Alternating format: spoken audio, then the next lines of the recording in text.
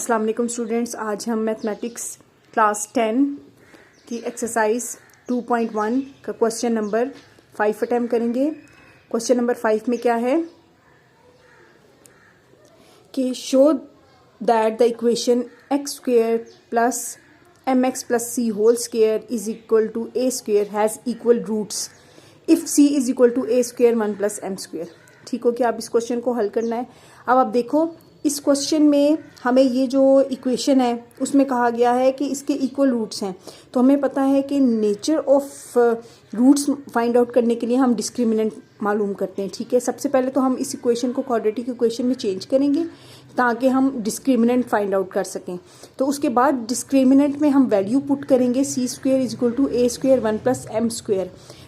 तो हमें पता चलेगा जो आंसर आएगा हम देखेंगे कि वो ज़ीरो आता है या नहीं आता। अगर ज़ीरो आएगा तो इसका मतलब ये है कि it has equal roots if C is equal to this value. तो चलें इसको सॉल्व करते हैं।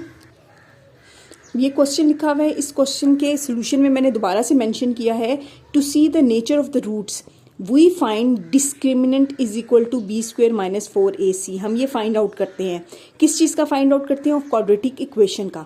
अब ये तो हमारे पास क्वाड्रेटिक इक्वेशन तो हो सकती है लेकिन ये उसकी स्टैंडर्ड फॉर्म नहीं है। हमने पहले इसको क्वाड्रेटिक इक्वेशन में चेंज करना है।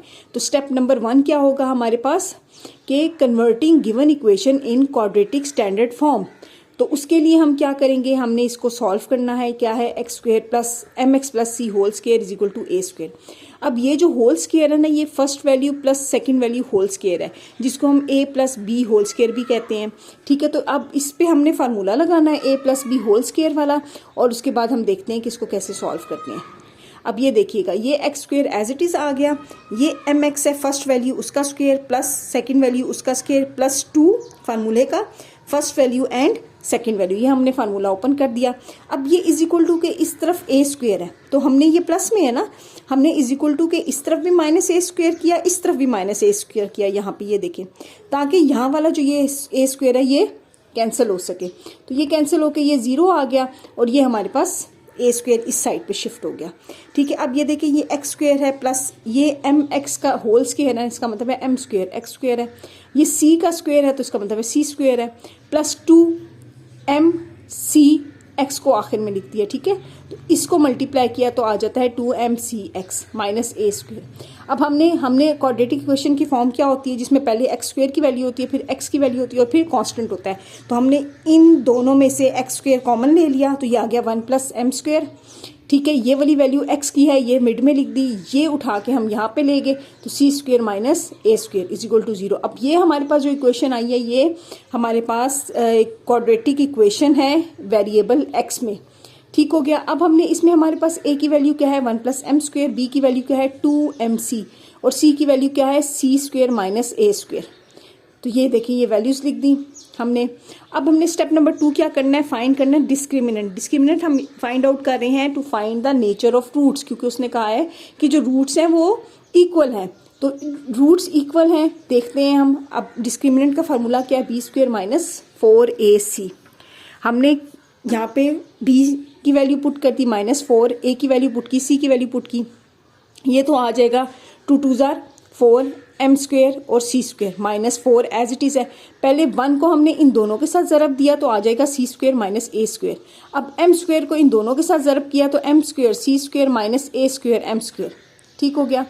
अब क्या है 4m स्क्वेयर सी स्क्वेयर, ये अच्छा, ये वाला जो -4 है ना, ये अब इन सब वैल्यूज़ के साथ मल्टीप्लाई होगा, तो अंदर वाली जो वैल्यू प्लस में है वो माइनस में हो जाएगी, जो माइनस में है वो प्लस में हो जाएगी। -4 सी स्क्वेयर प्लस 4 ए स्क्वेयर, अब ये प्लस में था ये माइनस में आ गया, 4m square C square plus minus में थी ना, माइनस माइनस ये प्लस हो गया, plus 4a square M square.